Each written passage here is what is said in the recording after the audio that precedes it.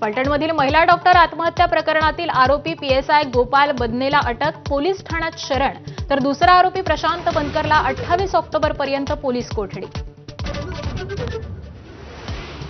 मुख्यमंत्री फडणवीसांच्या उपस्थितीत फलटणमध्ये आज शासकीय कार्यक्रमाचं आयोजन. रणजितसिंह नाईक निंबाळकरांच्या पुढाकारानं कार्यक्रम. फडणवीस काय बोलणार याकडे लक्ष.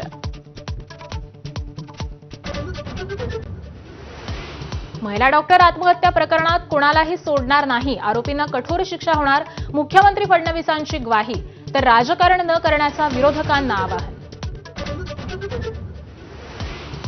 केंद्रीय राज्यमंत्री मुरलीधर मोहोळ यांचा राजीनामा घ्या, रवींद्र धंगेकरांचं थेट पंतप्रधान मोदींना पत्र, तर महायुतीत मिठाचा खडा पडू नये, धंगेकरांवरून एकनाथ शिंदेंची प्रतिक्रिया.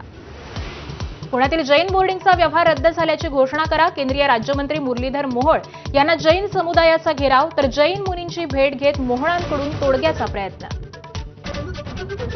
1 नोव्हेंबरला महाविकास आघाडी आणि मनसेचा निवडणूक आयोगाविरोधात मुंबईत सत्याचा मोर्चा, नेत्यांकडून आझाद मैदानाची पाहणी, तर राज ठाकरेंचेही पदाधिकाऱ्यांना तयारीला लागण्याचे आदेश.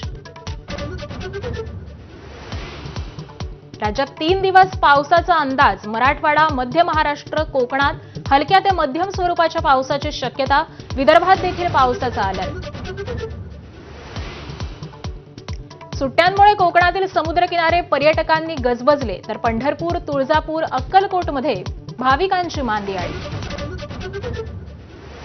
दिवंगत खगोलशास्त्रज्ञ जयंत नारळीकरांना मरणोत्तर विज्ञान रत्न पुरस्कार जाहीर, केंद्राकडून दिल्या जाणाऱ्या देशातील सर्वोच्च विज्ञान पुरस्काराचं हे दुसरं वर्ष.